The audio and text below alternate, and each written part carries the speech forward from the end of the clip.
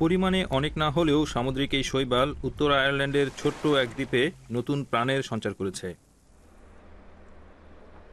রাথলিন দ্বীপের মানুষ আর সামুদ্রিক প্রাণীদের জীবন জোয়ার ভাটার উপর অনেকখানি নির্ভরশীল। মাত্র 50 বছর আগেও চিকিৎসা কাজে সামুদ্রিক শৈবালের ব্যবহার ছিল।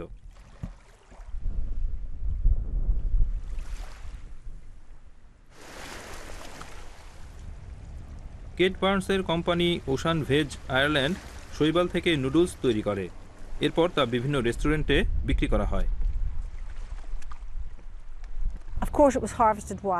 অতীতে শৈবালের বহু ব্যবহার ছিল, তবে এখন আমরা যেটা করছি সেটা একটু ভিন্ন, কারণ আমি এর চাষ করছি। আমরা কোন ধরনের শ্যাওলার চাষ করতে চাই সেটা আমরাই নির্ধারণ করতে পারি।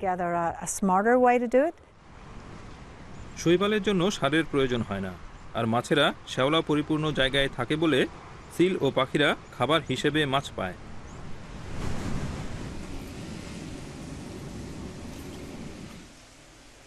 প্রক্রিয়া শুরু এই নার্সারিতে।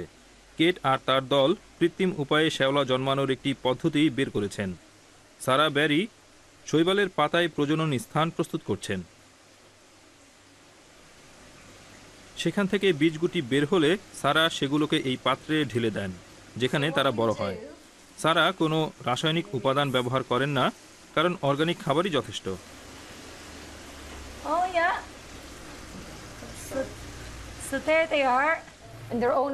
পানিতে থাকলে শ্যাওলার বীজগুটি পাথরের মতো অমসৃণ কিছু খোঁজে।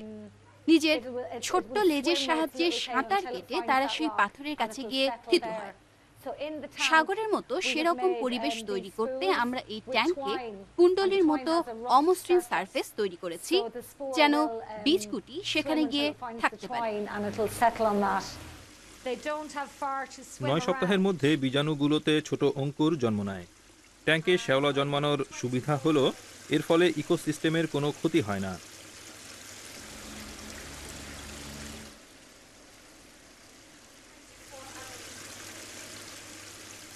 তবে কিছু সমস্যা আছে। ট্যাঙ্কে শৈবালের চাষ করতে গিয়ে প্রথম দিকে একটি সমস্যার মুখোমুখি হয়েছিলাম আমরা। পানি বেশি অ্যাসিড মিশ্রিত হওয়ায় এবং সেখানে ব্যাকটেরিয়া জন্ম নেয়ার সমস্যা দেখা দিয়েছিল। তবে আমরা সেখান থেকে শিক্ষা নিয়ে জেনেছি কিভাবে পানিতে ক্ষারীয় বৈশিষ্ট্য আনা যায় আর পানি ব্যাকটেরিয়া মুক্ত রাখা যায়। ট্যাঙ্কে জন্মানোর পর বীজাণুগুলোকে দড়ি সহ সাগরে নামিয়ে দেওয়া হয়। এর কয়েক মাস পর সেগুলো পানি থেকে তুলে আনা হয়।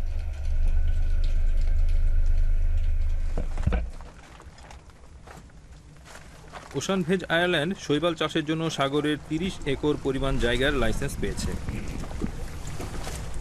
কেট ও তার ছেলেরা 2013 সালে কোম্পানিটি শুরু করেন। তারা এই দ্বীপেই বেড়ে উঠেছেন এবং তারাই দ্বীপের শেষ জেলে পরিবার। শৈবালের চাষ জেলেদের আয়ের অন্যতম একটি উৎস হয়ে উঠেছে। ওশান ভেজ আয়ারল্যান্ড এবার 25 টন শ্যাওলা পাবে বলে আশা করছে।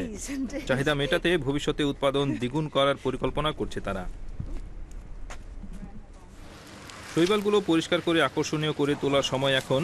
ব্রিটেন ছাড়াও ইউরোপের অন্যান্য দেশের রেস্টুরেন্ট এগুলো কেনে। আমরা এটা থেকে এরকম নুডলস বানাবো। খাবার হিসেবে ইউরোপীয়দের কাছে শৈবালকে পরিচিত করাতে চেষ্টা করছেন কেট। শৈবাল চাষের একটি বড় সমস্যা হচ্ছে এর জন্য সাগরের নির্দিষ্ট অংশের লাইসেন্স নিতে হয়। আমার মনে হয় ভবিষ্যতে সমুদ্রের যে অংশে উইন্ডমিল বসানো আছে তার আশেপাশের জায়গাগুলোর লাইসেন্স শ্যাওলা উৎপাদনকারীদের দেয়া যেতে পারে। এর ফলে সাগরের অবকাঠামোর নানাবিধ ব্যবহার। শৈবাল চাষের সাফল্য অনেকটা নির্ভর করে আবহাওয়ার উপর, তাই এই কাজে কিছুটা অনিশ্চয়তা আছে। তবে এরপরও কেট, সারা ও তাদের সহকর্মীদের আনন্দ করার জন্য সময় থাকে। প্রথম কয়েক বছরের ভুল থেকে শিক্ষা নেওয়ায় কেটদের ভবিষ্যৎ বেশ উজ্জ্বলই দেখাচ্ছে।